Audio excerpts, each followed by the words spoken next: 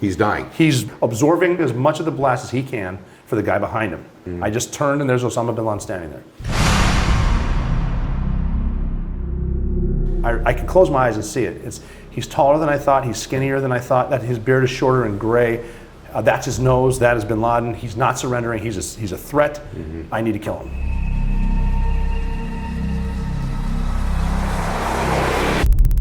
I've dealt with suicide bombers very fast, very sudden, loud, scary, and permanent. So I shot him in the face twice, shot him again.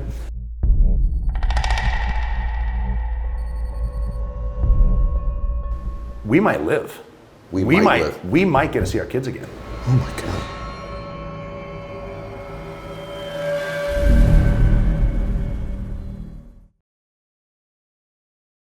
Welcome back to Max Out, everybody. This is Ed Mylett. Today is not a normal program. I have a true American hero sitting across the table from me here today. So if you don't recognize this face, let me tell you who he is. This is Robert O'Neill. And we've had a lot of sports people on here, a lot of entertainers that in most people's minds are heroes. And then in life you meet a real hero. He doesn't consider himself one, but he is one. And so let me give him the proper introduction just so you know who this man is. 52 decorations in the military, 2 Silver Stars, 4 Bronze Star Medals with Valor, Joint Service Commendation Medal with Valor, 3 Presidential Unit Citations, 2 Navy, Marine, and Navy Corps Commendations with Valor, service, 400 different combat missions, 400. If you've watched the movie Captain Phillips, this is the first guy onto the boat when the Somali pirates had that boat. If you've watched Lone Survivor, with Marcus Luttrell. He was on that recovery mission. And by the way, he also killed Osama Bin Laden. And so thank you for being here. I appreciate that. And like you mentioned too, it's not a hero thing. I was very fortunate to be with incredible teams. I know you from were. All branches of the service. And everyone was there. And the Captain Phillips thing, I was not one of the shooters. I was the lead jumper for that. And the snipers that were there with really no time. We're watching to make sure nothing unsafe happened when they shot, which is incredible. And, and it's an amazing journey, all because of right place, right time. Right place, right time. Positive attitude. And right man, which we're going to talk about today. And so also thank you for your service. It was an honor. Not just being here, so thank you. How's that for a hero, everybody? And so we're going to get into the mind of this man today. We're going to talk about team building, what he's up to today, and obviously some of the great things that you've been a part of on the teams you were a part of. And so all great things happen as being a part of a team. Both you and I know that. But then there's blessing when the opportunity arrives, we meet it with our preparation, which is what you did. That's exactly right. To meet it with your preparation, never the perfect plan, because that's never going to happen. Like we'll get into it later too, but the Bin Laden raid, we had the perfect plan. And nothing came to fruition. Nothing worked. Everything, the worst possible thing to happen happened. Wow. Okay. Let's get right into that. All right, okay, let's do that first. Let me ask you before we get to that. I'm just curious. Why'd you get in the military in the first place? That's another one too. It was never a plan. I was actually playing college basketball, and I was going to work with my dad when I got out of college, and I got dumped by a girl and wanted to leave Butte, Montana. Come on. Yep.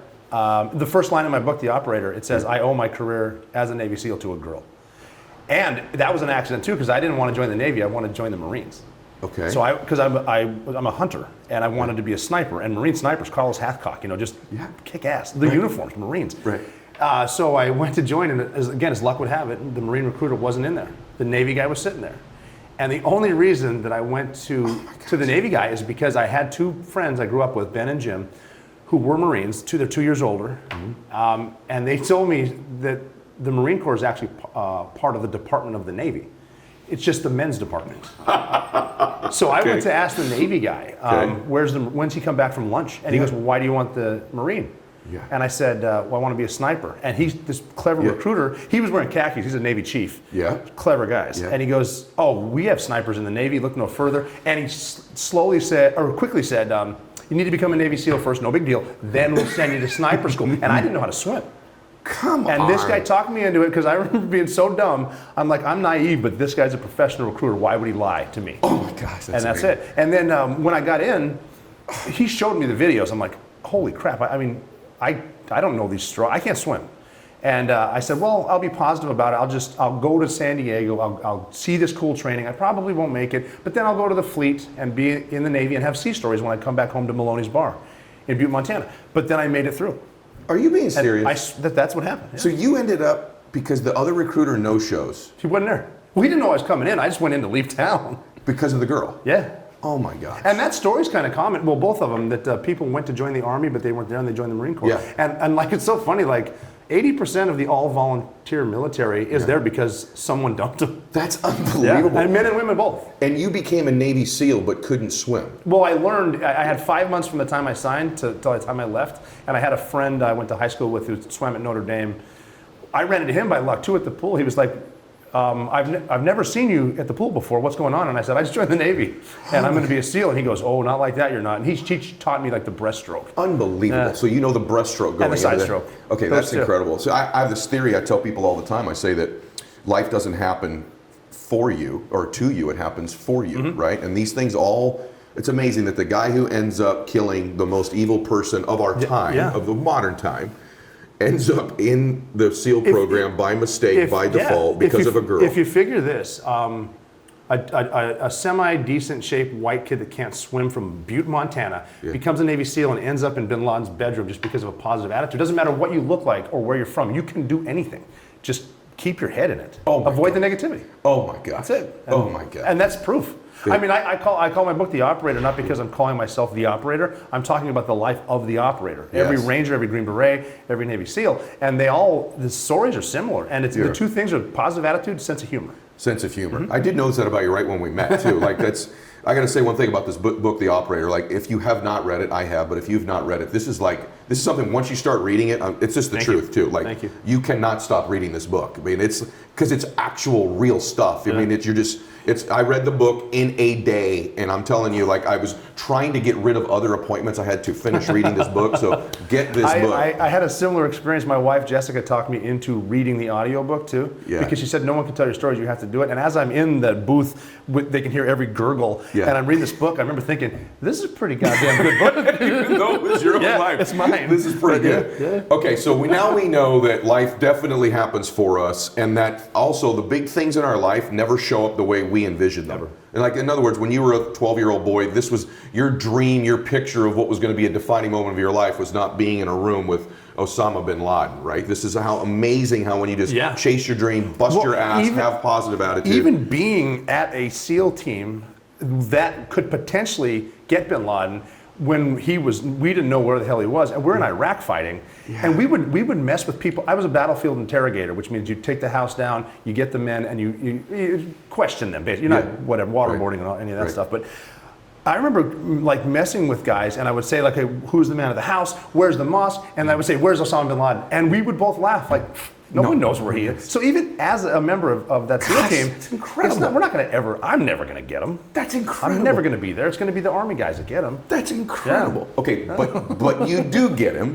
So let's walk through that for a second. Okay, because you talk about preparation, positive attitude preparation. So you did you know when you were prepping that you were prepping for him? They told us about 3 weeks before we left that it was Bin Laden. And that was one of the coolest things because at first, they started off with, they called us, we were all on our, we just finished a deployment. I think it was my 12th combat deployment. And we were on a diving trip in Miami. And we were always good about that too. After deployment, after war, we would do a training trip, but it was always a good deal. Like diving in Miami, climbing in Vegas. Right. Shit like that. But the diving in Miami, by the way, the other thing about being a SEAL, I just want to say, you don't like sharks. I respect them now. I had a run-in with one time, and that's enough. But no, I mean, anyone that's been in the ocean has had a positive encounter with a shark and don't realize it. They're out there, and they don't mess with you. They really do. It's usually by accident or a juvenile, a young great white. The problem with the great white is he's curious, and if they bite you, I use the word devastating. Unbelievable. Are you listening to this? Like, it's unbelievable. I've never been attacked by a shark. I've seen them. But, so you're prepping. But we're diving in Miami, and they called the senior guys back. So I was one of them. My number 2 was, my boss was there. And we sat in a room, and the first thing they said is, well, here's the deal. This isn't a drill. We found a thing, and this thing is in a house, and this house is in a bowl, in some mountains near a lake, in a country, and you guys are going to fly in there, and you're going to get this thing, and you're going to bring it back. That's it. And so it actually started off, okay, no problem. What's the thing? Can't tell you. Okay. Where's the bowl? Can't tell you. What country? Can't tell you. How are we getting there? Can't tell you. And then we're like, how much air support do we have? And they said, well, none. And we're like, well, at least that's an answer. So we assumed it was Gaddafi, because the Arab Spring just started. It's March 2011. Not even go kill Gaddafi, but like recover him or whatever they want to do. But then eventually we started to put two and two together, and they drove us down to. They gave us a day at home with our kids, and we drove down. And then the commanding officer from my SEAL team, he walked in the room as calm as ever and said, "All right, guys, the reason you're here is this is as close as we've ever been to Osama Bin Laden." What happened to your body when you heard that? A little bit of goosebumps, but I've heard reports of cheers and high fives. I looked around and everyone is professional. These are very professional Navy SEALs. And the first question was, "Cool, are we going right now? Let's do it, we're ready." And they said, "Well, no, we need to show you everything." And then there are like 5 options. Are we going to bomb them this way, bomb them that way? And they actually said, "Are you going to do a multilateral mission with the Pakistani military?" And everyone laughed, like, "Seriously? Right. You tell them that we're going to get Bin Right. Laden. He's gone. You will never find him." And then they wanted us to train as a unilateral option. So the powers that be wanted to see us train. I understand that. We knew we could go. We've been doing it every night for years. Okay. So we just started training. They had a site there, and we're training on it, whatever. And we went there. We went to a place out west that I'm not allowed to talk about. And then we forward launched to Jalalabad Airfield just in case the president gave us the green light. And President Obama was really cool about it because there was one person that was sure Bin Laden was there, and she was the famous 3-letter agency woman. Yes. She was funny. Yes. And she was just that awesome because she would be like, 100%, he's in this house on the 3rd floor. Why aren't we going now? Really? He's there. Is she the same as you see her in the movie? Yeah, looks a little different, attractive, but different. Personality. Oh, total. Okay. Jessica Chastain nailed it. Okay. But but President Obama was one, and he was just cool later. He said, "Look, after hearing about your training, I wasn't 100% sure he was there, but I was 100% sure you guys could go in, find out, and come back." Oh my gosh. And that's why we got the. How long was the training, the prep before you went? 2 weeks. 2 weeks. Yeah. And so then do you ultimately end up getting a phone call? Do they gather you in a room and say we're going tomorrow, or what? Well, happens? we trained in 2 different areas. We had to train on those stealth helicopters that the pilots who don't get nearly enough credit because they'd never flown those before. Yeah. Didn't know about those before. Yeah. But we knew we were going to go over there. I think it was on a Monday or a Tuesday, just to be there in case they call us. We're ready to launch from Afghanistan, the closest base to the border. Okay. And so we knew we were going. We forward staged, and that that's when we said goodbye to the kids, which is hard because we didn't think we were coming back from that mission. We thought it was if we get the green light, it's a one-way mission. So let's talk about that for a second. You thought you were going to die. Yes. In fact, you knew you were going to die. I knew we weren't coming back. And your teammates also know this as well, yes, right? Everyone was Why did you know that? Was this because there's going to be we don't know if the technology works. We don't know how good their air defenses are. Maybe the young kid that's very aggressive is on the radar that night. There are no checkpoints. People don't understand when you do a long-range helicopter mission, there are usually checkpoints to refuel. There are none of those. So we have to be exact with the pounds of weight that we have. So we get shot down. Okay. If anyone's going to blow himself up and his entire family, when the team's in the house, Bin Laden will do it. Yeah. Martyr himself and his entire family. Yeah. We run out of fuel, and there's 23 guys in Pakistan. We invaded them. We have nowhere to go. We end our lives in a Pakistani prison. We don't know what's going to. So, but we accepted it, and the way that I always explain Gosh, those this, are not great scenarios. No, but we're going because I had a guy on the team that actually he ended up being the guy that was in front of me going up the stairs, the last set of stairs that said, "Don't get me wrong, I'm going 100% going on the mission, but I have to say this out loud to hear it. If we know we're going to die, why are we going?" What did you say? So we had a conversation, a bunch of us, and what we decided was the best way to put it into perspective is we're not going after Bin Laden for fame. We're not going after Bin Laden for money. We are going for the single mom who dropped her kids off at elementary school on a brilliant Tuesday morning, and 45 minutes later she jumped to her death out of a skyscraper because that was a better alternative than 2,500 degrees Fahrenheit inside. And her last gesture of human decency was to hold her skirt to her knees so that no one could see her underwear as she killed herself. And we said, she wasn't supposed to do that. She's not supposed to be in the fight. We're supposed to be in the fight, and that's why we're going. Oh my God. And then if you think about it too, it's almost like the Braveheart speech. If I could give every day from being 34 to 90, if I lived to 90 and I look back on that one day and I didn't go, I would give all those days to go on this mission. Oh my God. This is why we're here. This is what we're doing. This is why we joined. this is not a movie though. You're real men. Oh, yeah. And these are real decisions. And it was just, it wasn't fear on this one. It was, Is that right? It was focus. And even when we launched, it wasn't because we've been to war. Every single guy had hundreds of missions. Yeah. But before this one, we all hugged each other, and it just. Did you really? Oh yeah. And you said earlier, I was going to ask you about this because I say good night to my children. Yes. But I'm going to see them again. You've literally said goodbye. Goodbye. Looking him in the eyes. And How many times have you done that? 11 to there's one daughter that was always involved. I have 3 daughters. I don't want to talk about them too much for obvious reasons. Sure. But one was just there all the time. And when I left for that, she was 7.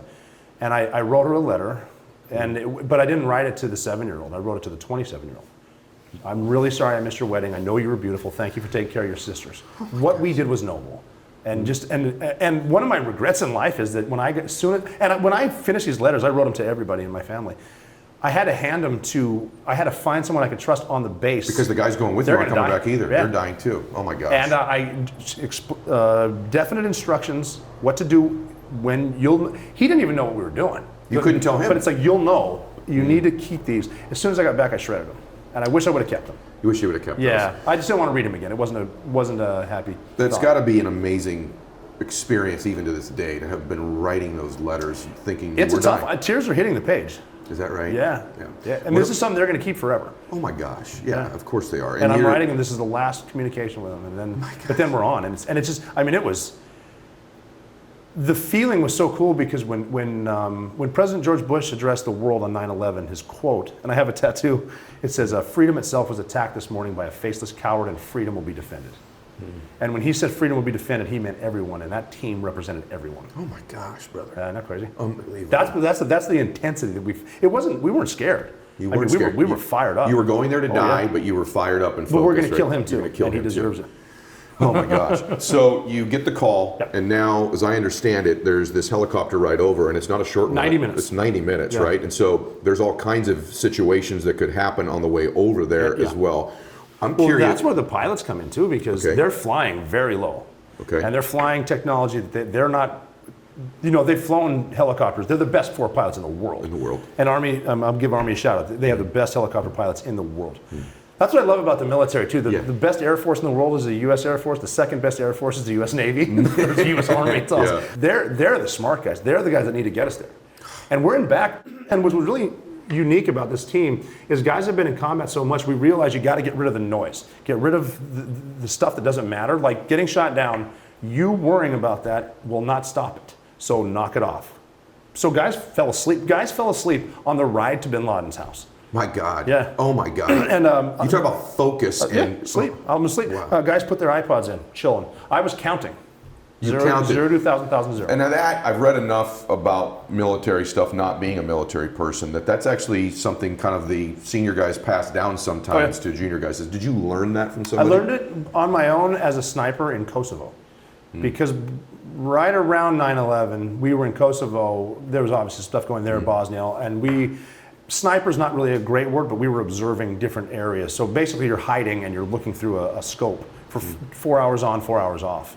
And as you're looking, 4 hours of looking, it's like I just count. You count. Yeah. Okay, so did you not then eventually sort of repeat that phrase to yourself too? Well, I did because that's how I remembered it. Was we were 80 minutes in and we banked to the south, and I was just like 456, 457, 458. Freedom itself was attacked this morning by a faceless. I don't know how I remembered it. God bless you, man. And so then that's when it sort of sunk in. It's like I'm actually on this mission. You were. And That's when it sunk in. yeah, we're going after. And then it got better because we opened the door at 2 minutes out. The air crew did. Yes. And that's other people that don't get credit. They put their butts in the seat too. Yeah. The air crew guys, we wouldn't have figured the doors out. These guys did it. So they'd open the door and then you see the city and there's lights. This is a resort town. There's a golf course. Is that right? And it sort of hit me and I was like, this is some serious Navy SEAL shit we're about to do. Oh my God. Yeah, and then everything was great and then it all hit the fan.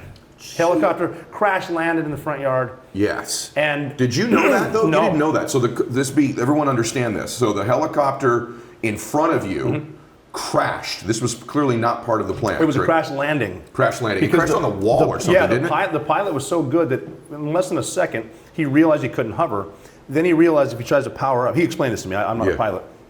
that if he tries to power up, it's going to roll and everyone dies. He knew if he spun it, he could put the tail on the wall and pin it to the ground. That's unreal. And he did That's it like unreal. that. He saved everyone's life. That's unreal. You know what's funny too is we'd practice fast roping, which is, you know, they put the rope out, you slide down like a fireman's pole, so much that like my tendons were done. Yeah. We practiced fast roping more than I've ever trained. The only person to fast rope on the Bin Laden mission was the pilot, because when he crashed it, he had to get the rope and slide his ass down. Oh my God. Yeah. But so that happened, and then our pilot saw that. We didn't. Yeah, you didn't know. We didn't know, and so our plan was they were going to put our snipers and our dog Cairo outside, and then they're going to put us up on the rooftop. Yes. And we knew our team would be coming from the bottom. We're from the top. We're going to get him. That way he can't get out. That's the perfect plan. Okay. Never happened. Never our happened. pilot saw that, and as we were going to lit, he put right back down. And just because of the effective communication, nonverbal communication, I guess we're getting out here. I remember putting my right foot on the ground and saying, I guess we start the war from here. My gosh. And then we go to the northeast corner. We knew the place inside and out. It was nice that we had trained so much because we knew everything about it. Yeah. We knew there was a double door on the northeast corner, so we went over that. Our breacher took, I think, a 7-foot charge of C6, put it on the door, and he blew it, and it opened like a tin can, but there's a brick wall behind it. So it's a fake door. Yep. And the breacher actually said, fail breach, this is bad. And I said, no, this is good. That's a fake. Yeah. He's in there. Why is it good? Oh, it's good because that means he is here. They're faking a door, he's there. That means this dude's here. And it was funny, we talked about senses of humor. We joked about crap like that. Like, what if we get in the house and the hallway gets smaller and smaller and smaller, and also the door's this big, and you're like, Bin Laden, you know, But there's not a lot of that going on. So on the way over, there's no rah-rah session on the way over. Everyone's getting in their focus, they're sleeping, they're counting. I had one of my guys say, I'm not nervous, we do this every night. We fly somewhere, we fuck with some people, we fly back. He just goes, this is a longer flight. Okay, so this door's the wrong door. So then when we got to this point, we heard the helicopter saying, we thought they were saying dash one going around, meaning they came into hover, and this dash one, we're dash two, and they took fire, so we thought they were going around. Racetrack, reattack, but what they were saying was dash one going down. Down. So we said to them, because we thought they were flying, there's a carport is what we called it. Another double door that we knew worked, because the imagery showed them driving in and out of it, and we said, all right, we're gonna blow the carport now. Okay.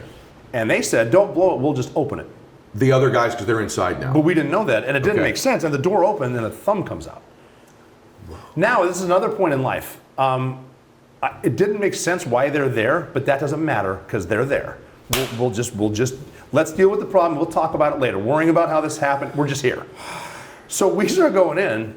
None of us, well, I didn't, and a couple other guys on the helicopter. We didn't know they crashed, but they're in there. So we start, now my guys have been in gunfights. They already killed 3 of the terrorists before I got in there. And I was fortunate because of my position now, I'm in the back. I have a front row seat to the coolest mission in modern history. Yes. So we go in and we're looking down a long hallway. We're in Bin Laden's house. Yes. And we're like looking around for bombs and stuff. When's it gonna blow up? Yes. But I was so impressed. My guys were so cool. No one cared about the bombs. They're doing their job. And I remember thinking how cool they are, and then just thinking slow is smooth, smooth is fast. Watch these guys work. And as I'm thinking this, I ducked into a room to look down the hallway, because don't stand in the hallway, they'll shoot down the hallway. The guy next to me said, helicopter crashed. And now I'm thinking, we had 2 big helicopters, 2 Chinooks, 45 minutes behind us, full of other SEALs, in case we need to, whatever. Yep. So I'm assuming they crashed. They got shot down because they're not stealth helicopters. So I said, what helicopter crashed? And he goes, bro, our helicopter crashed in the front yard. You walked right past it. Wow. And as I'm processing this, one of our snipers from my helicopter, he was running around the entire compound to keep a perimeter. He had a dog with him and a dog handler. And he got to that famous spot where the tail is hanging over. Yes. And he came over the radio, and he didn't know it crashed. And he said, guys, be on alert. They are definitely ready for us. They have a training mock-up of our super secret helicopter in the front yard. And there's a pause. No way. And the boss goes, no, you jackass, that's ours. We crashed. No way. And he comes over and goes, yeah, that makes a lot more sense. My gosh. And I'm in the house like, what are we talking about That's right crazy. now? And so you're hearing this, you're looking down this hallway. Yeah. Probably at the end of that hallway somewhere is Osama Bin Laden, Well, down the right? hallway is going to be a stairwell. A stairwell. And what's your heart rate right now? Fine. We're good. Are you serious? Yeah, we'd been in... because of your preparation? Well, yeah, we've been in so many fights before. It's like you didn't really get adrenaline. You're more aware, but it's just more exciting. I'm not scared. Okay. At this point. But there's a series of emotions that happen right here, because the female analyst who found Bin Laden said, I don't know what the inside of the house looks like, but you will find some stairs. And when you find the stairs, you will run into Khalid Bin Laden, who's 20 years old, his son. Yeah. And here's how cool she was. She said, that will be the last line of defense. If you eliminate that threat, you will get a shot at the big guy. That's awesome. Okay. So we got in through the door. They breached it. We're going up the stairs. And I'm about eight guys back. So I'm still in the back. They saw Khalid. He was armed, and he ducked behind a banister. Okay. Now it's dark. It's very quiet. We don't talk to each other. And there's a guy up front, the point man.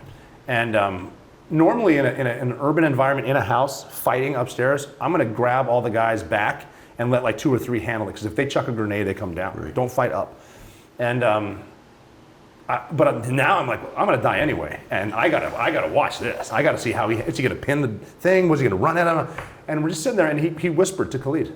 He said, Khalid, come here. Khalid, come here. In 2 different languages.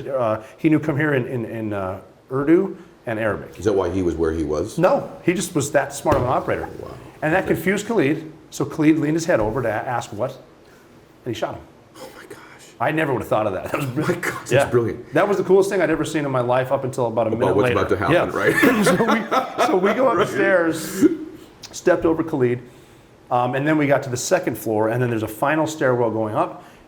The point man stayed there staring. You know, he's gonna keep security, and other guys are gonna clear the second floor because you don't want to move past it. Clear that, okay. And then that's everyone in front of me, and I'm the last guy. I ended up what we call the 2-man. So the 1 man's there, I'm the 2-man, and that's when I put my hand on his shoulder, because his job is to look forward, my job is to look behind us. And when we have enough guys, I will squeeze you so you know without looking, it's time to go. But it's just us. Wow. We're out of guys. We don't have enough guys in a house this big. And he started talking. He's like, hey, we got to go. We got to get up there, because there's a curtain at the top of the stairs, and he's seeing people moving behind it. They've got to be suicide bombers. Maybe we can beat him. Maybe we can beat him. So he's convincing me we got to go. And finally, and I don't know what he was thinking. He's just a complete badass. But I wasn't thinking bravery. I'm thinking, all right, we're going to get blown up now, and I'm tired of thinking about it. Let's get it over with. And so I squeezed him. Went up the stairs. Let's go. Let's go. Him and me. Went up the stairs. He opened the curtain, and there was 2 or 3 people that turned out to be women. But when they're suicide bombers, it doesn't matter. Yeah. So he jumped on them. And he tackled him. He's dying. He's jumping on the grenade. He thinks he's dying. Yes. He's jumping on the grenade. Absorbing as much of the blast as he can for the guy behind him. He didn't know it was me. So and this is simply how I got there, because he went that way, my job is to go that way, based on our tactics. I wasn't bravado. I just turned, and there's Osama Bin Laden standing there. And he's got his hands on his wife's shoulders, and he's sort of pushing her. I don't know what he's doing, but when I go through the rules of engagement, the levels, escalation of force, I can close my eyes and see it. He's taller than I thought. He's skinnier than I thought. That his beard is shorter and gray. That's his nose. That is Bin Laden. He's not surrendering. He's a threat. I need to kill him. And the way you and I've gotten a little criticism about, well, you shot him in the face, and what about recognition? People that say that, and I've never dealt with a suicide bomber. I've dealt with suicide bombers very fast, very sudden, loud, scary, and permanent. So I shot him in the face twice, shot him again. And I moved his wife. Why do you have his hands on her shoulders? I don't know. I don't know if he was using her as a shield. I don't know if he was confused. I don't know. But I moved his wife to the bed to sit her down. And when I looked over, his 2-year-old son was standing there. And as a father, I remember thinking, this poor kid has nothing to do with this, and he shouldn't have seen that. So I picked him up. Oh my gosh. And I put him next to his mom, and other Navy SEALs are now coming in the room. And that's when it hit me. So I'm standing there, and a buddy of mine saw me, and it's kind of depicted in the movie. It's pretty funny. He came up to me and he said, "Are you good?" And I said, "No. What do we do now?" I'm like in a daze, and he said, he laughed, he smiled, this big smile, and he goes, "Now we go find the computers. We do this every night." Oh my gosh. And I went, "Yeah, you're right. I'm back. Holy shit!" And he goes, "Yeah, you just killed Osama Bin Laden, man. Your life just changed." Oh, so that was that. And then we get back to work, and it was just awesome because how cool the guys are. It's not like, hey, this guy killed Bin Laden. No one cares. No one cares. We got him. We got him. But then the emotions were not bravery to let's get it over with, to complete shock, to now we might live. We might get to see our kids again. Oh my God. Look at your face right there. That's the first time your face changed. So we gather the stuff. They had about 3 offices in the second floor. We're gathering everything from anything electronic, smashing hard drives to get, or smashing towers to get hard drives, anything. And then we put him in a body bag. Myself and 3 other guys walked him out. You walked him out? Yeah, we carried him out. Can we go back for a second? Sure. I just want to ask you, when you shot him, I'm just curious, there's this moment, so it's him. Yeah. You've got your finger on a trigger, I suppose. Is there any, can you remember, can you process, was there any emotion at that time, any thought in your mind, or are you just executing what you've been prepared to do? I was, I had a feeling he was off to the right when I turned. And when I saw him, had he had no shirt on and surrendering, he's getting taken alive. Yeah. But there is such a, suicide bombers have, terrorists have less than a second to convince you not to kill them. Of course. And it's one of those things, it's a different dynamic. You get into a rush at that point, does your adrenaline finally kick in these moments, or are you just executing what you're prepared to do? Doing what we do. The emotions came, 10 seconds later. Okay. So yeah. So you're like, we might get out of here. Yeah, now let's find the stuff as quickly as we can and leave. Okay. So we're finding stuff, we brought him out. You carry him out of there. Yeah, we actually carried him out and put him at the feet of the sniper who initiated the fire, rescuing Richard Phillips, which is really cool. And then I remember actually running back in the house and saying, guys, it is time. We have got to leave. Forget about the women and children. Let's go. Because we had the guns with us. We took the guns that we found. Okay. And then we get on the helicopters. And when we got out there was a dude that was tweeting, a Pakistani dude. He's outside live tweeting, and I forget his name, but you can still see it on the internet. Okay. And he's saying stuff like, why are the Pakistanis doing military drills on a Sunday night? No way. And I'm looking at this guy, his face is lit up with his phone, and normally in a combat zone, Iraq, Afghanistan, if someone's outside of a target with a phone out, you shoot them because they're setting off a car bomb. Yeah. But I looked at this guy and I'm like, they have no idea we're here. No way. So then we get in the helicopters, and we fly out. It's not the same helicopter that No, it's a different one. there. Now, the guys that I talked about that I thought got shot down came in to get us, which is awesome. Okay. SEALs getting SEALs. Yeah. So we get on the helicopter. I'm sitting on top of the sniper with the Captain Phillips thing. Well, he was cool too because he had a problem dealing with that something that high profile after he killed. And there's jealousy in there with guys at that level. And I kept telling him, man, you were a hero. Don't listen to the negativity. You're a hero. And like I would always give him Copenhagen. I used to dip at the time. Dip. So now I'm laying on top of him, and I'm still processing what just went down. He hands me Copenhagen and says, hey, have one of mine. Now you know what it's like to be a hero. That's unfreaking believable, and then brother. the SEAL next to me from the other SEAL team that came to get us, I know him well. He's from Manhattan. And he asked me the first question that every Navy SEAL asked when they found out about the mission. He said, who got him? And I said, I did. And he said, on behalf of my family, thank you. Oh my God. Now we're flying out.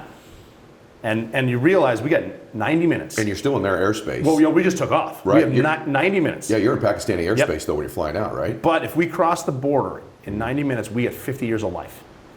So we take off, everyone starts to watch as no one's talking. You're just looking at your watch. 10 minutes. It's been 20 minutes. It's been 30 minutes. It's been 40 minutes. And then you start to think of like the no-hitter you're watching get pitched at Yankee Stadium, top of the sixth. I'm not going to say anything, but 50 minutes, 60, 70, 80. And then I love sports analogies. Yeah. It's like Miracle on Ice when you can hear the crowd counting down when the Americans are beating the Russians. Yeah. Lake Placid, 10, 9, 8. And then the pilot came over the radio, as cool as pilots are, and he said, all right, gentlemen, for the first time in your lives, you're going to be happy to hear this.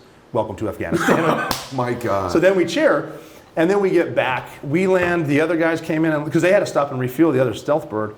They land, we're all there, no one's hurt. Oh my gosh. I had a brief talk with here's my one problem with the movie, Zero Dark 30. At the end of the movie, they have the woman that found him go up to the body, and she gets emotional, and she cries, and she leaves. That's not what happened. Okay. We get back, I'm talking to the point man. We kind of debrief each other on what the hell happened on those stairs, because it's him and me. Yeah. And then he goes, well, hey, there she is. He goes, you need to give her something because you own this. This is what he said. So we walk over, and I pulled the magazine out of my gun, holding the bullets to kill Bin Laden. I jacked the last one out, and I said, do you have room for this in your backpack? And she looked up, cool as ever. She goes, yeah, I think so. Then we were the ones that walked her over to the body. And as we're walking over, it's starting to sink in that this woman gave her life for him. She, no husband, no kids, 20-hour days for years to find this guy. Then it's like, well, this is historic too. This is like Iwo Jima. This is Normandy. This is Washington crossing the Delaware to fight the Hessians. So I got to say something cool.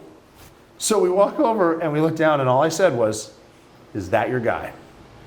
She looked down for a second and a half and said, "Well, I guess I'm out of a fucking job." Did she really say that? Yeah, isn't that awesome? Come on. That's how cool she was. This is the best story I've ever heard. No, it's the best story of all time. So It's the best story of all time. Thank you. I mean, Thank you. It's incredible what happened, and what's cool is I just got to watch everything. Like the guys were working. I turned a corner, shot 3 times, and we left. Well, brother, okay. Nice You should have seen. You should have seen those guys breaking those doors down. Yeah. So cool. But one quick thing just about the families, because we got back to see the kids. We were a year to the day after the Bin Laden raid. I had my kids at Great Wolf Lodge, which is a water park. Yeah. And we have the news on 1 year anniversary. We're all getting changed to go swim, have a great day, and they got beer there, so I'm excited. Yeah. And the news is on, and they said, okay, it's the 1 year anniversary of the night Bin Laden was killed. So we're taking viewer email right now. The best story of where you were when you found out Bin Laden was dead. Come on. Tell us. And my daughter flipped out. She goes, oh my God, Dad, you've got to email him and tell him you were in his bedroom. I was in the bedroom. Yeah. Oh my gosh, brother. Look, I've sat across from a lot of people and I've heard a lot of stories. I mean, even look at our guys. It's just unreal. And the way you tell it with such incredible humility is just beyond belief. And I understand clearly that this would not have happened just with you. It was obviously all the preparation, the intelligence, the team building, all of those things. But it's hard even for me to process how humble you are about having. I mean, first I want to thank you. It's an honor. On behalf of all of these families who lost so many people, and it's just unreal to me that the caliber of man that's involved in this mission and how humble they are about it just absolutely blows my mind. I'm looking at even our folks. It's just unreal, and to this day, that you still have this sense of humility about it. Yeah. I mean, it was obvious that the team. The people that found him, the pilots, like the guys that went in. We're smart enough to carry guns and a sledgehammer, and we got. I mean, obviously, I'm down talking that, but the guys there were the team was incredible. Who thinks that this guy walks into a military recruiting office, is going to go into a different branch of the military, can't swim, ends up becoming a SEAL, ends up doing 400 different combat missions, probably the most significant of all of them is this one, and you end up being the man God called on, whoever called on, to be the point man to end this man's life is just unfreaking believable. It's a crazy story. It's to the point now too. It's like there's no way we did that. I just know the story. Yeah. Is that what it is for you? Yeah. How did that happen? I can close my eyes and see it. I can see Osama Bin Laden anytime I want. I can close my eyes and smell the stairs. What it was like going up that last few steps of life. But then getting life after. When you squeeze this man, you're probably dying. Yes. Right? We're going to go up there and blow up. They're going to blow us up. They're waiting for us. They're baiting us in. That's when they're setting off the house-borne improvised explosive device. This is it. I'm done worrying about it. It's interesting for me. It's a bizarre takeaway of the things I'm listening to your story. And obviously I can't relate to any of it because I'm not that caliber of a man. My emotions wouldn't be as calm. I don't have your preparation. I don't have your mindset. I don't have your background. It's interesting that the point that still gives me fear as I hear the story, and I'm just gonna, maybe no one's told you this before, is just a regular guy, right? Is now he's dead. Yeah. Right? My fear level almost increased there, oddly. So like you were executing a plan prior, now he's dead. The part that you said that, we might really live, that was the part where, just for me, my fear went up like, now we're in this house, clearly this event's taken place, probably someone knows this has been happening. Yeah. There's a clock ticking. Yes. Then I'd be afraid when I got on the helicopter. Oh yeah, because that 80-minute ride. Now the unknown's happening too. I have heard stories, and again, probably classified. I don't know the truth, but I have heard stories that they did have air support. Helping us get back. We didn't know that. You didn't know it. I knew there were jets on the border, but that's not going to help us back here. But I think if an American and an F-15 lights up a Pakistani guy in an F-16, I think that he'll turn around. But I don't know though.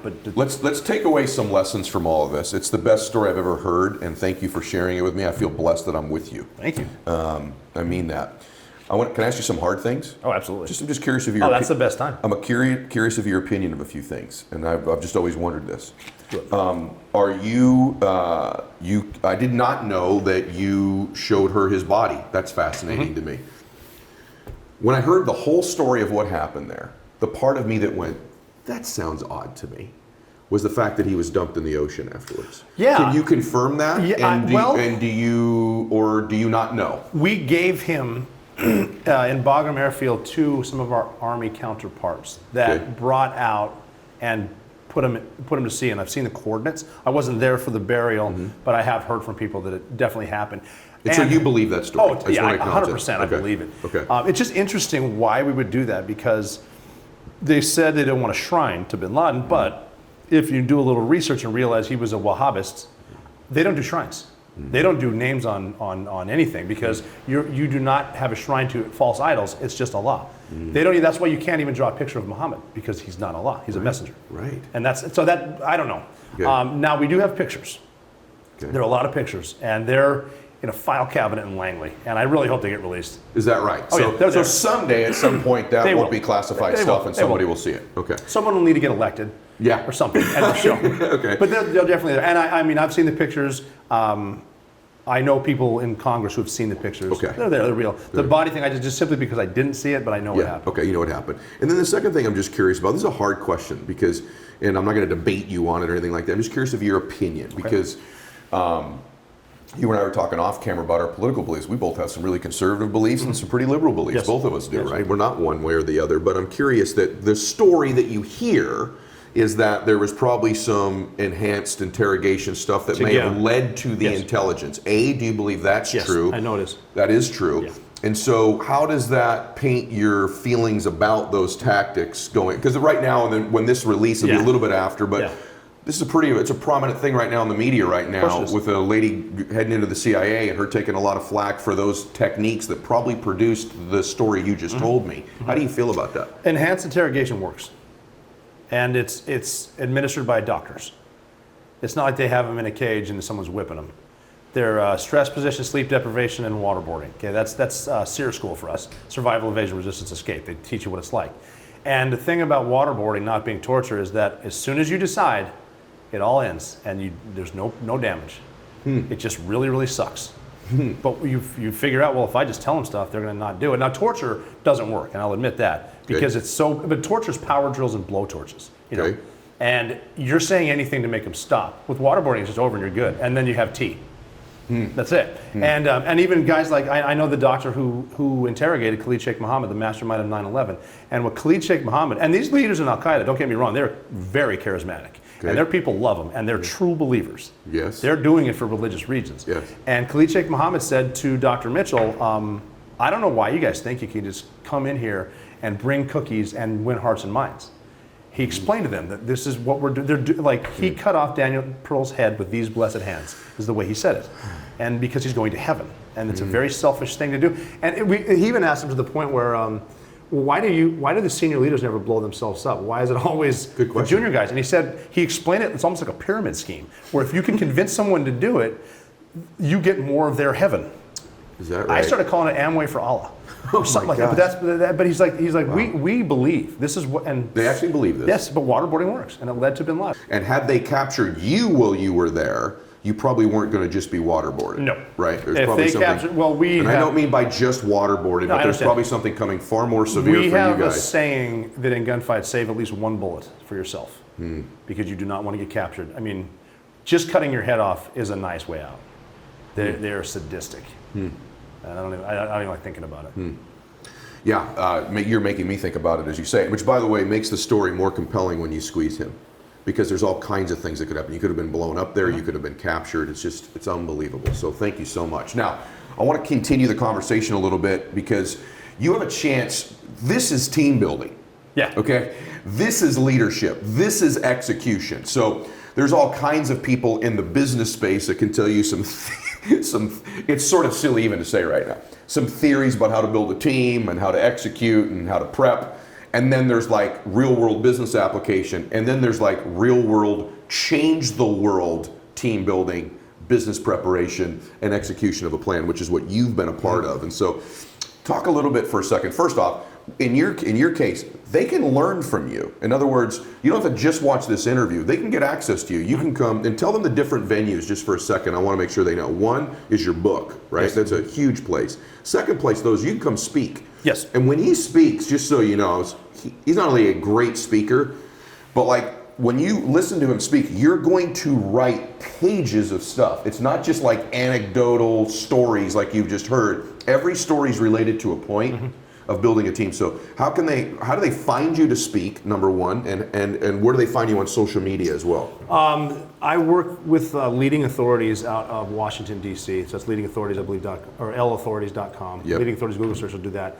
RobertJO'Neill.com, because if it's not a keynote presentation, and I do stuff like I show up for workshops or Yes. even dinners just to stand around and talk. So Yeah. RobertJO'Neill.com Okay. is there. And then the social media is the funny one. It's so funny. It's Mchooyah, MCHOOYAH, and the reason it's Tell them how it happened. Mchooyah, the reason it's Mchooyah is because in SEAL training people say Hooyah. Yeah. You stop saying it when you're done with training, just like shipmate. I love the word shipmate, but you say it all the time. Okay. But anyway, Mchooyah is the Irish Hooyah. O'Neill's Irish, Yes. and Mchooyah is the Irish Hooyah. And some buddies of mine convinced me to get on Twitter just because the seven of us could mess with each other and tweet stuff out with 7 followers, and then my name leaked. I was killing Bin Laden. I woke up with like 15,000 followers. It's It's so like, crazy. all right, I guess I'm keeping Mchooyah. Okay. So And by that's- the way, it's entertaining and informative social media too. You need to follow him. And by yeah, the way, it's more entertainment than anything. I'm not. I would agree with that. This is informative. That stuff's more entertaining, but it's awesome I use it stuff. on long flights to keep myself entertained. It's so good, and your content, like for me, I've been in this space for a long time. For me to honestly tell you, like I really learn things when someone speaks. I really learn things because I believe, like if I go to a gym, I want to be trained by someone who's fit. Yes. I've always think it's funny when I go to a gym and the trainer there isn't in shape themselves. Yeah, that's or I want a business mentor, but they're not successful or wealthy themselves. Like show me your results.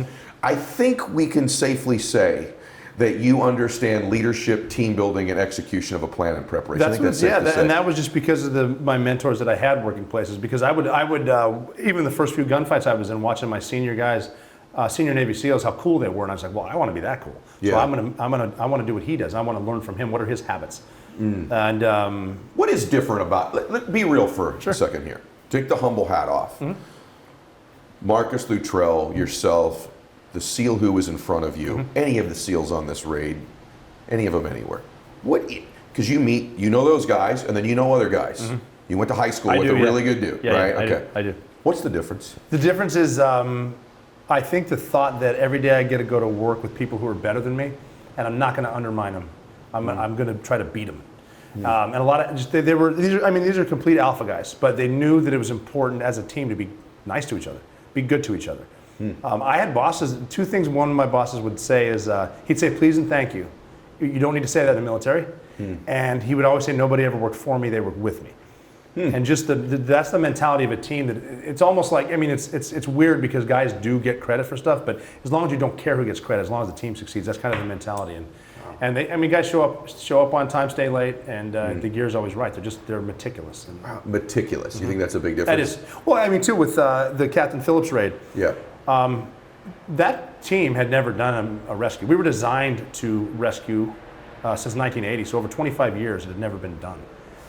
And the snipers that took those shots, 3 days prior were in their beds in Virginia Beach. And their guns didn't need to be sighted in for the most difficult shots of their lives, but their guns were sighted in for the most difficult shots of their lives because they were prepared. It might happen. It's a long weekend. We've never done. It was my birthday when we left. I'll just take a day off and take care of my gear on Tuesday, but we didn't do that because that's a shortcut. Let's talk about that for a second. I want you to picture this because these are humans. So you hear the story, and it is a movie, but it wasn't a movie when it happens. It's like a real man. He has real family. He had a real upbringing. He has real insecurities, real weaknesses and strengths, even fears, right? So this is a real person like you, right? And so he's been able to achieve extraordinary things in his life. I want to take this moment now for you just to picture this for a second.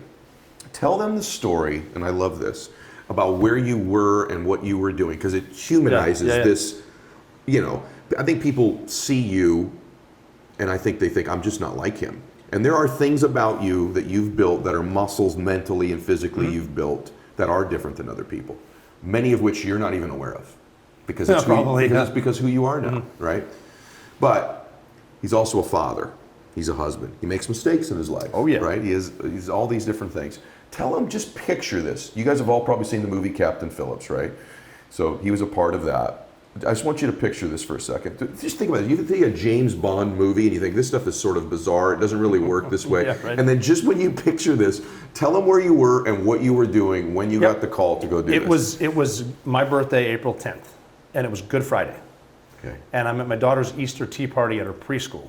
In line, in a buffet line with sailors and Marines who have kids in the class, and we're getting cookies and cupcakes for them and bringing them tea. And I was walking over to my daughter when I got the message that it didn't say it like this. We had a code, but that Captain Richard Phillips had been taken by Somali pirates, and you guys are going right now. And we'd been selling this technology that, like I said, we'd never done it. We trained for it all the time. Yeah. But from the time you get the message to the time wheels up and we're going, we sold it. We've been selling it for decades, 4 hours. We were wheels up in 3 hours and 59 minutes. Oh my gosh. Yeah, so I'm like, we got to make it. Like, this is it. And then 15 hours and 46 minutes after I got the message, we're in the Indian Ocean with a full head count. 103 guys. And like, I had this here, but just to back up, there were guys out there that were mowing their lawns when they got the call. Like, these are real guys that can't afford the mortgage. And they're mowing their own lawn, and then they're off. Unreal. And you don't know what's going to happen when you go over there. It's just like, the reason it's so inspiring for me, like mind-blowing, number one, you're carrying a little pink cupcake. Yeah. 15 and a half hours later, here we go. We're in. It's game on, Yeah. right? And so for me, it's so inspiring because I do think you're a real person. Like, I do think you're a regular guy. I do too. Right? And so people that listen to this, if he can come from where he came from, this is crazy and it's not overstating. And I know you hate hearing this, but altered world history. Yeah, crazy. Altered world history. Yeah, dude. Right? From Montana, carrying cupcakes at his daughter's elementary school on his birthday. Yeah. What could you do in your business? What could you do in your body? You can do anything. There's a couple sayings I love. I'm all about moving forward, and one of my sayings is, I'm as old as I've ever been, but I'm as young as I'll ever be, which means life starts now. Right now it starts. I had an instructor before Hell Week. Hell Week is in training when you wake up on Sunday and you do Navy SEAL training until Friday. It's miserable. Like, your body starts to bleed by Wednesday because you're so saturated from the ocean right here. Mother Ocean is not kind. And he gave me advice to get through Hell Week, but it's great advice for life. He said, you are about to go to war for the first time, and the enemy is all your doubts, all your fears, and everyone you know back home that told you weren't good enough to do this. Oh my God. Keep your head down, keep moving forward, no matter what, never quit, you'll be fine. That's it. And that's what he told me before Hell Week. And now that's life. Keep moving forward. You're going to make mistakes. We talked about failure. That's how you learn. And I've failed. I've fallen down. Get up. Dust off. Look yourself in the mirror. Be honest. Why did I do that? What do I learn? I don't... But it's all good advice, because it's like, you're going to screw up. Tell me anyone that's not screwed up. Pretty much every day. Yeah. So it's like, it's never a no-fail mission, but it's like a no-lose. Like, you win or you learn. Unreal, brother. Like, I don't even... That's crazy. So let's talk about these guys that are mowing their lawns. I'll be honest with you, man. I've done a lot of interviews. I know a lot of people. I've interviewed a lot of successful people. Like, you don't catch me speechless very often. So I want people to get access to you. Great. I think it's an amazing time in history, which hasn't existed before, where, I mean, honestly, there are people driving in their car right now, working out at their gym, and they're getting access to a man who's altered world history for freaking free. And they can come hear you speak for pennies on the dollar and be in a room with you and meet you and have their life altered and inspired and moved. There's never been a time in history where people who have achieved great things can say, hey, I'm just like you, I'm a goofball. I was at my daughter's elementary school, I make mistakes, I fall down. I didn't even mean to be in the Navy SEALs in the first place. Like, it's just unreal. It ought to give you such hope and such inspiration. But I want to talk for a second about some of the good work you do, because I want people to know about this too. These guys that are mowing their lawns. Yes. And these men that are at their, and women, by the way, who are at their daughter's elementary school and can't pay the mortgage, even sometimes active duty struggling, then leave the military. Yes. Now, this man, just so you know, and I'll just say this on your behalf, left short of his 20 years. Yes. And so there I believe, aren't health benefits that come your Nothing. way. There's nothing that comes your way, which is sort of amazing to me, and I just say this on your behalf, that someone who's had 400 combat missions, has been decorated with valor as many times as you have, changed the world on multiple missions. We don't have a way to give you some health insurance and to take care of you. And so because that's the way it is, and you don't need to comment on that, I say that on your behalf, that's crazy. But because that is the way it is, you've got involved and started something charitably that helps people when they transition out to find careers. So talk to them a little bit about your foundation a little bit. Yes, I started a foundation called Your Grateful Nation. So that's yourgratefulnation.org. And we transition right now it's special operators because we're individualized, we're just kind of a small group, transition them to their next career. So we find out where they want to live, the industry they want to be a part of. We'll make the introduction to that company, and then we have a mentorship program, 7 to 9 months, and then they're trained. And these employers now are saying that these guys don't realize what they're bringing to the table, even without a college degree, but they're bringing the stress management, problem solving, team building. The one word they use all the time is the loyalty, because they're not getting that from people with a degree right now. The colleges aren't teaching that kind of stuff. But they get them there and they put them in charge of anything, like major projects. We have guys working for Merrill Lynch. We have a guy that wanted to live in Phoenix and work for Fox Sports. He's doing that. And we're talking Green Berets, Rangers, TF-160th pilots, Navy SEALs. And so yeah, I started that because I didn't realize what I was capable of when I got out, but I learned through mentors that there's stuff out there people are interested in. And so now, and it's even amazing to talk to the guys, even the guys that retire, they're like, well, what am I qualified for? It's like they would almost rather go back to war than fill out a resume because war makes sense to them. But they don't realize that the combat is solving problems. Oh my gosh. And that's so Your Grateful Nation, we do that. The best email I get once, twice a week is when they tell me who they transitioned to where, and then from one of the spouses saying, without Your Grateful Nation, we wouldn't have gotten a second career. And they realize, the two funny things is they realize what they're worth. Yeah. Then they also realize what their fair share in taxes is. Yeah, right. Now you're going to learn that. Yeah, Now by the way. now you're going to learn about all this, the rich pay all the taxes thing. So the amazing thing about, thank you for doing that work, the amazing thing about it is these are men who are, and women who are a part of the greatest team and then became some of the greatest on that team as special operators. Like these are the most elite of the elite, like this gentleman across from me. So let's finish with just a couple tips. Thank you so much for today. Oh, so great. before, by the way, like honestly, let's talk a little bit for a second about team building, because these are things that you teach. So there's people out there that have companies, they're watching you right now. They're going to have you come speak to their company. But give them a flavor for a second. What were some of the couple keys? Just give us a few, there's a million probably, of building a team like the one you were part of. Is it just, it's interesting, but part of me thinks, man, like you certainly end up with pretty damn good talent by the time you get to SEALs and stepper operators. But what are some of the keys in building a team that people out there should know about for you? Morale. Morale is key. That when people feel like they are part of the solution, they're going to work harder. Effective communication. Because a lot of people disagree with this, but I always thought that if our people know what they're doing and why. A lot of people don't want to say why because they want to compartmentalize it. I think they should know why they're doing it. And when you're done saying what you're saying, stop saying it. The noise that comes with everything. Just get the message out there and we're good. One of my favorite quotes, I don't know where to give credit, is never pass up the opportunity to shut up. For people that lead to, they realize that a lot of the work gets done because your team is there. Like sometimes if the boss doesn't show up, the work still gets done. But if the people don't show up, not a lot of work's going to get done, stuff like that. Be good to each other. The emotional thing, like try to keep your emotions in check because your body always follows your mind. And